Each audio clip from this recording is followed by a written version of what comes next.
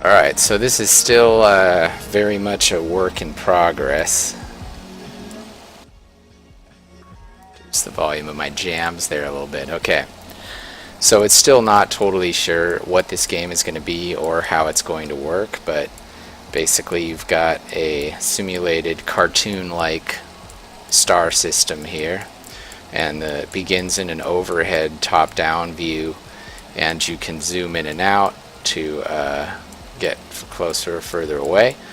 Right now, if you get close enough to a planet, it switches into an orbit mode, which can be manipulated by touching the screen and as if you were touching the planet to rotate it around.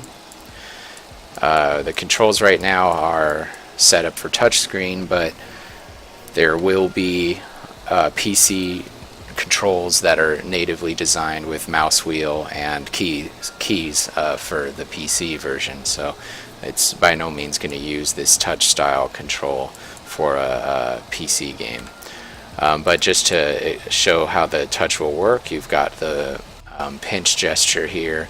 Zooms in and out pretty liberally. If you zoom out far enough, it takes you back out into the overhead mode, and that transition will be smoothed out a little bit with a little bit of animation eventually. But we've basically modifying some shaders that I bought from the asset store.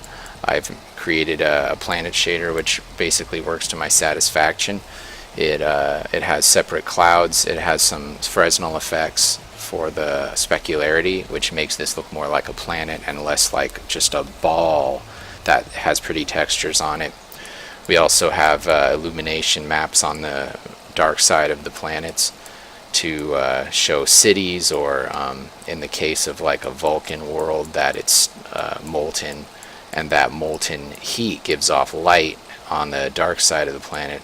So for these Vulcan worlds, they're actually brighter on the other side of the planet than they are on the front, where you see the specularity. It's very glossy because of how glassy the lava is. So I really like this effect. I'm really happy with the way the Vulcan planet turned out. Let's take a look at our gas giant here. I wasn't completely I bought a bunch of planet textures. I'm not totally happy with the gas giant selections they had here, so I'm going to probably develop some of my own with some procedural techniques. But you can see here, one of the features of many of the ice giants or gas giants in our solar system is that the winds move faster than the planet rotates. So that's reflected here with clouds that are moving faster than the planet underneath it. I think it creates a distinctive effect and makes the planet look special and unique. And that's basically everything. These are Keplerian orbits, and they follow the Keplerian equation. We're not using unity physics for the motions of the planets or objects orbiting them.